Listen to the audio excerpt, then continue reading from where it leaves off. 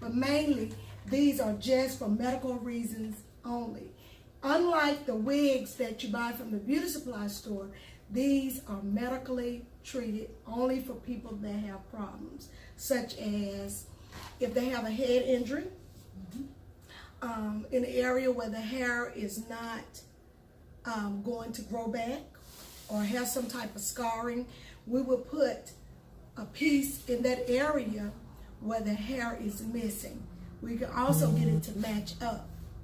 But today I noticed we're talking about how to keep it clean. Well, I have 3 types here. This one again is the chemo.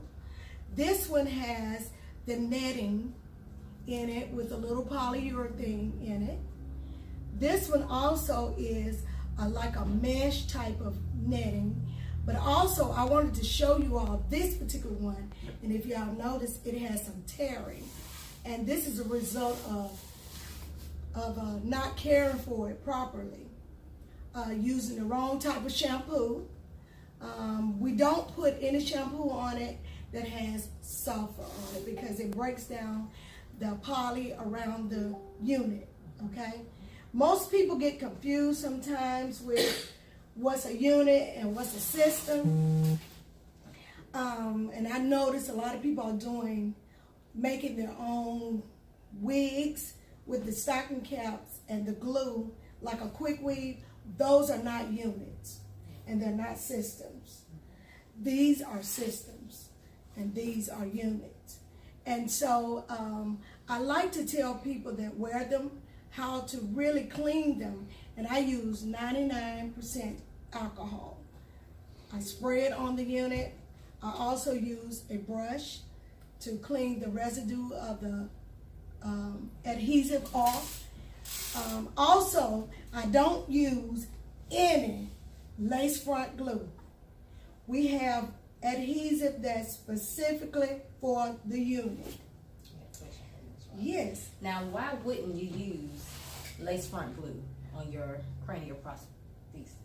Well, first of all, when you use that type of glue that's not formulated for this unit, mainly the unit will not stick. And also, most of my clients that have these units have some type of specific or special issue. So we use the medical type of adhesive that's recommended for the unit in order for it to stay in place and also not to irritate the scalp. I do like the fact that you can't just walk into a beauty supply store and get it. I really like that. I like the fact that it's strictly professional usage only. And also, since you brought up that, you also have to do a patch test that I do recommend that you do, which is 24 hours to 48 hours, where you test to see if they have any type of allergic reaction to the adhesive. So you have to be very careful. So you do have to do your homework when you're getting ready to place this. And also, you have to be totally certified to do this, to put these on, because you need to know how to properly measure them for it and also how to install it.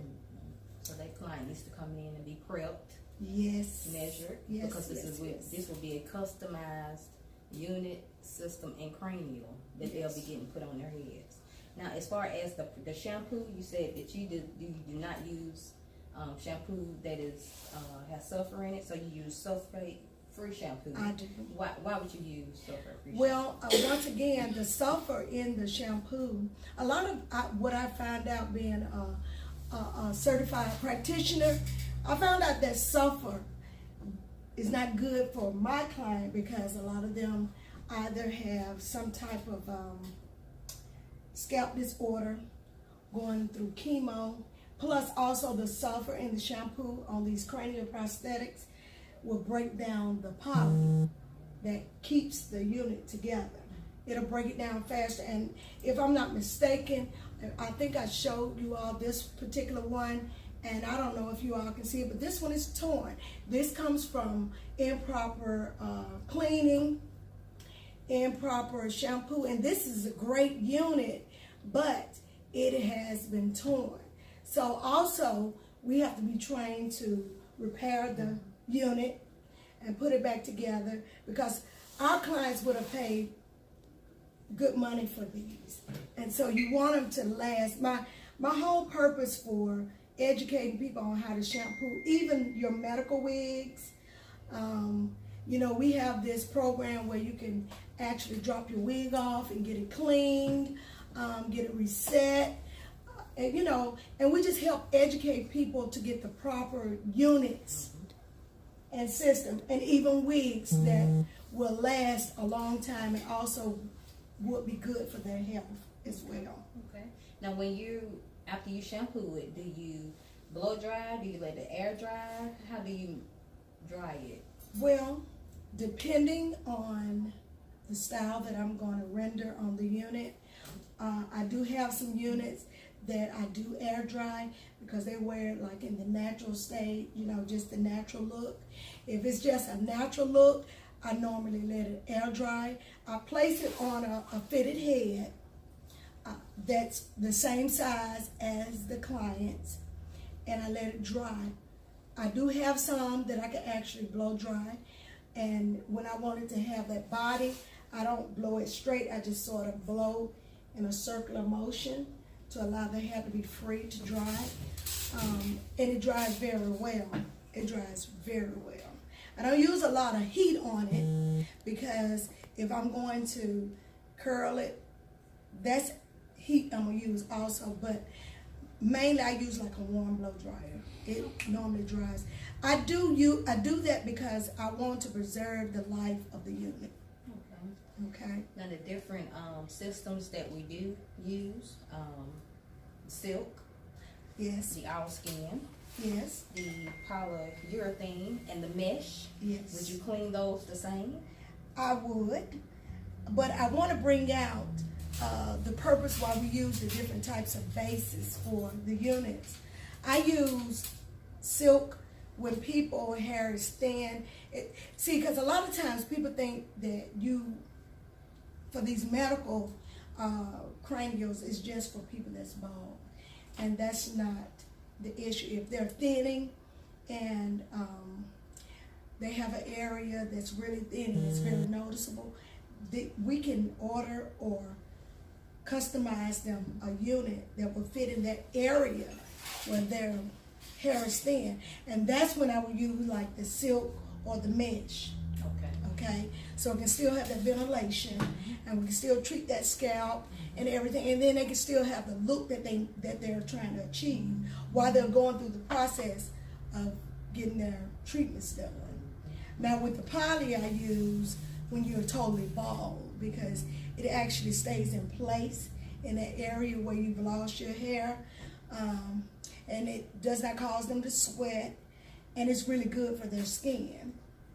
And I think you named another one. Did you name another one? The all skin. All skin, it's a material that looks just like skin, and it lays flat to the head. It also works like the polyurethane, but all skin can be a unit or a base that covers the whole head. Say if you got someone who's totally bald, and you want them to have a natural looking unit that they can part it anywhere on the head, and it looks like it's coming completely out of the scalp, I would use the all skin for that reason. All right. Now, as far as the all skin, would they be able to, how would you maintain the all skin as far as cleaning it to keep it natural looking to their skin? Well, once I take it off, I have I use the whole, whoever or whatever company I use for that particular system, I also use all of their cleaning products to clean that particular unit, okay? So once I remove it, I have a solvent that I remove the unit. Once I take it off, I actually turn it over, and I have a solution along with my alcohol, and I spray and, begin to get the residue off. I take a brush, not a hard brush, but a medium bristle, and I began to clean it, and it just comes right off. But what I do, I make sure I clean it completely, all the way off, before reapplying it. I also shampoo the hair, because mostly all the units that I use, they're 100% human hair. I rarely do synthetic, but 100% hair, so I shampoo, condition it, make sure it dries completely and well. With all skin is very easy to clean. It's not really hard. You can actually just use the alcohol to clean the all skin. It's a little different when you're using the mesh. Okay. Because like this one, it has a little residue where it has a buildup, where I would have to kind of let it sit a little bit to kind of clean it off. Okay. Do you recommend light brushing or Vigorous? I would just use a moderate brushing, because once you put the solvent on there, you don't have to like really scrub like you're scrubbing clothes. You just sort of brush, and it'll come. All of it'll come off. Now, what I will say, most of my clients, they come in, and I take the unit off, and I clean it, and I reapply it. Now, if for whatever reason they can't come in or can't make it, I rarely tell them this. I will give them a little solvent if they're going out the country or something like that, and they're not going to be able to get back to me, and they need to take it off. I will tell them how to take it off and just sort of clean it and reapply it. But for the most part, they actually bring it in, and being the professional, you need to make sure that you take care of their unit for them, okay? And also, when you apply for insurance for your client, for the system, and one reason why I really want to bring this close to home, you have to use a company that's certified to order these units in order for the insurance companies to pay you as the practitioner. You cannot make one, and what I mean by that, you cannot sew it, you cannot use a stocking cap and put glue on it. You can't use any of that. It has to be done through a reputable company, okay? And it makes sense to me, because if they're following on the insurance, and some insurance pay 80%, some pay 100%.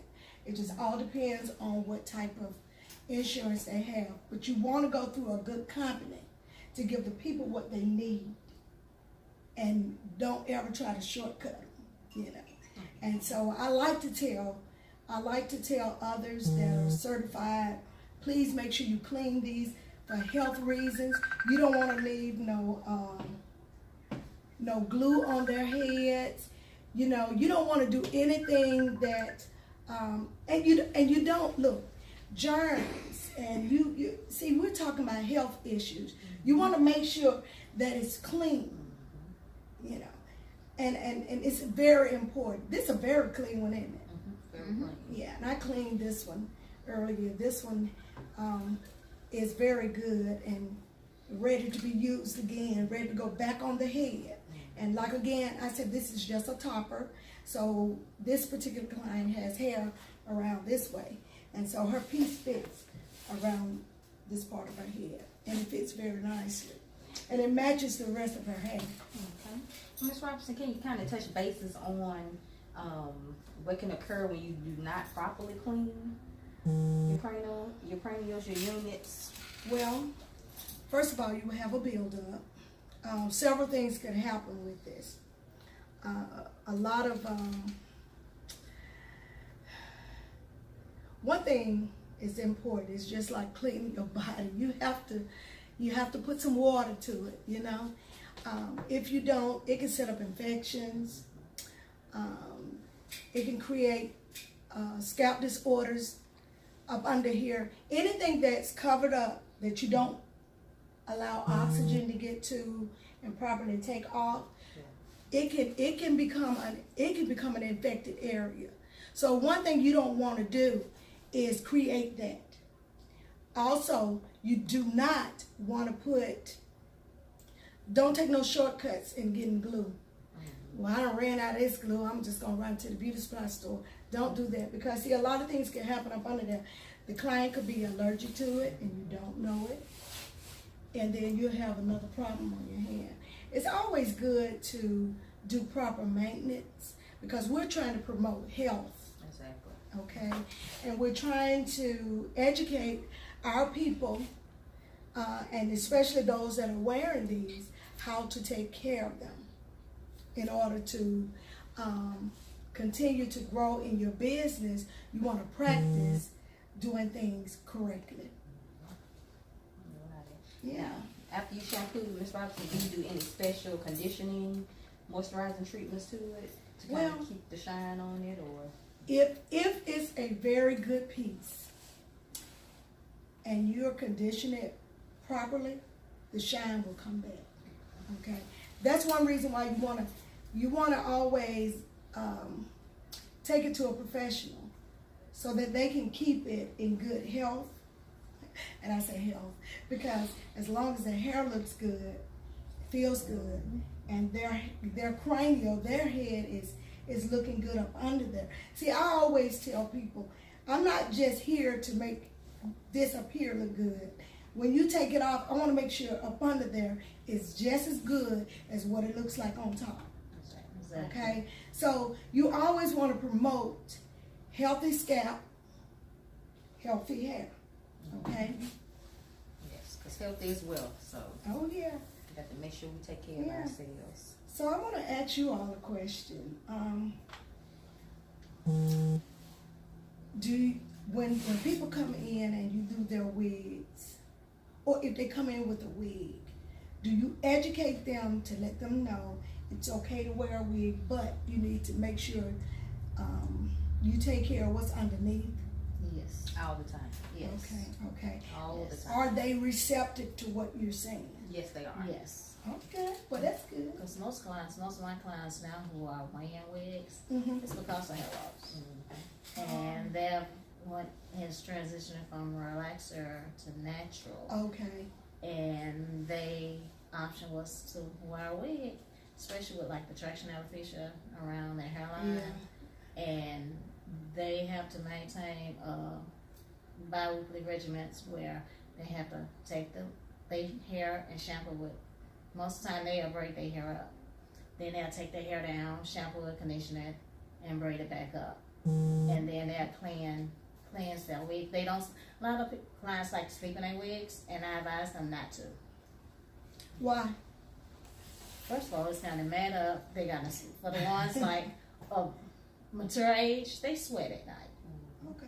They sweat. I just thought I'd ask because I'm sure somebody thinking the same thing. Yeah, they perspire at night, so that's a lot of more extra bacteria that's building up. When you could take it off, let it breathe, let your scalp breathe at night, and then get up in the morning, do your morning regimen, put your wig on, go on by your day, come home, relax, pull that sucker off, and let your scalp breathe. There's some air hit it. There's some air hit it. Because some clients I've seen, they would get their systems and their custom wigs or whatever, and they will sleep in them, and they'll get up and won't comb it. Just like they don't comb their hair, They don't comb comb their their hair hair. down. I've had a client put a wig on her, and y'all literally, when she came back, the wig was smushed in her back. When she just sleeps on it, she don't brush it out. And I told, and it's beautiful hair. So I had to take proper steps to just show her, look, this is how we gonna maintain it. Absolutely. I had to make sure the wig head and how to properly put it on there with the pins and everything. So now she's educated on it. Okay, good. You know, but just like Tawanda was saying, you have to take it off, let it breathe, let your scalp breathe, because you gonna sweat. You know. Now, since you all have said that, and that's just with the wig, but with these cranials, if it's mesh, silk, if it's mesh or silk or all skin, it's breathable. Yeah. So what I'm saying is that it's okay for them to sleep in these because they're made for that. Because even if they're going to their dermatologist and they're still getting their injections, we do have the integration chain, which will allow them, the dermatologist, to still administer the injections, and they don't have to worry about taking it off. I had a client that was a young girl. She was young, just got married. Of course, she didn't want to take hers off. She wanted to keep it on, and I understood that. This helped her a lot because her hair was thin in certain areas. I was asking the question, well, what if they got a head full of hair? Should they still get a cranial? Listen, if people have hair, I only do cranials for people that have issues, like they can have a full head of hair, but it can be thin. So they have cranials for that. But just to say if they got a full head of hair and just want one, I would not recommend that, nor would I put one on someone. They're just to wear. Because that's not what these are for. They're not for that. They have a specific reason why we get these and why we use them. And it's to help those that are going through situations where they have experienced hair loss or experiencing hair loss or thinning or going through chemotherapy, dealing with lupus, just any type of situation where they've lost their hair or losing it. So just to get one to begin it, I don't think people will, because you can't just purchase these. Exactly. Okay? So we have to be careful when we use the term unit systems. We have to be specific. What is a unit? So what is a system? And I think that this is very good. I think that knowing how to use it is even better. So if you're a professional and you're thinking about, or you have some clients that are experiencing any type of loss or thinning, and they're going through chemo or whatever, you can help them. It will take you getting the education that you need and the certification that you can get to administer these units and systems to them. A lot of times I used to try to weave their hair, and I realized I was doing more harm to them. I wasn't helping them. And so you have to be careful. You have to know the difference of what they need and when they need it. So with the proper certification, you can be able to be educated to help them when you're doing these. I used to think it was like really easy. You just put it on like a wig. It is not like that. We have to do measurements. We have to do templates. So it's a lot involved in that. And I'm going to tell you, it's worth it. It's worth learning. And I know you two ladies enjoy doing the cranial prosthetics. Yes. And the measurements have to be exact. Exact. Because if not, it'll be too little or too big, and then it's yours. You'll own this. Exactly. Not the client, you will. Exactly. Because you don't get your money back. No. You don't. But, I like being a help to those that need my services. And to be exact, even children that are experiencing hair loss, they wear cranial prosthetics. I had the experience of visiting Children's Hospital Cancer Center, and there were so many children there that needed services that we render. And, I know it's devastating for them not to have hair and then have to go back to school and they don't have any hair. So these cranials really help them. And so I take pride in cleaning them and taking good care of them for the simple reason that the people that are wearing them need them. And so it's important that as a professional, I need to know how to care for them so that they can wear them as long as possible. I know through the insurance, most of the time, most insurance, they get 2 of the cranials. They get one every 6 months, okay? And that allows them to change out and be able to get a new cranial when they need one. Okay, so this one, I really wish you all could see this one. You can part it anywhere, and it will reveal just the scalp. It's not like a lace front at all. Nothing like a lace front. And you don't have to bleach the knots or anything like that. This comes like you order it. So this was ordered for a lady who only needed just the top area. And it fit just perfect. And it's the color of the rest of her hair. And it blends in very well. So you want to always make it natural, so when the wind blows, you know, and this, it has the lacing right here. So when the wind blows, it actually pulls back, you know. It does not look like it's tapered down. It actually looks like it's coming from her scalp. And because you want to make sure they look natural. No makeup included. Oh, please, no makeup. No makeup. So, you know, I like lace fronts, but, you know, when it comes to cranials, they have to be real cranials for the people that I service. Let's see, I think I had a question. What's your question, Ms. Robinson? Let's see. Oh, I know. I don't have a question, but I want to say this. Adhesives. There are several types of adhesive that we use for the cranial prosthetics. And it's not like the tape you get from the beauty supply store. It is the tape that is medically, you know, you put it on and it's like a second skin to that. And once you you have to know where you're going to put the hair. You got to know where you're going to put the hair, and you have to put it there. Because if you put it in the wrong place, it's going to stick. It's going to stay. So you got the tape, you have the bonding adhesive also that you can use, and it has a solvent to remove it.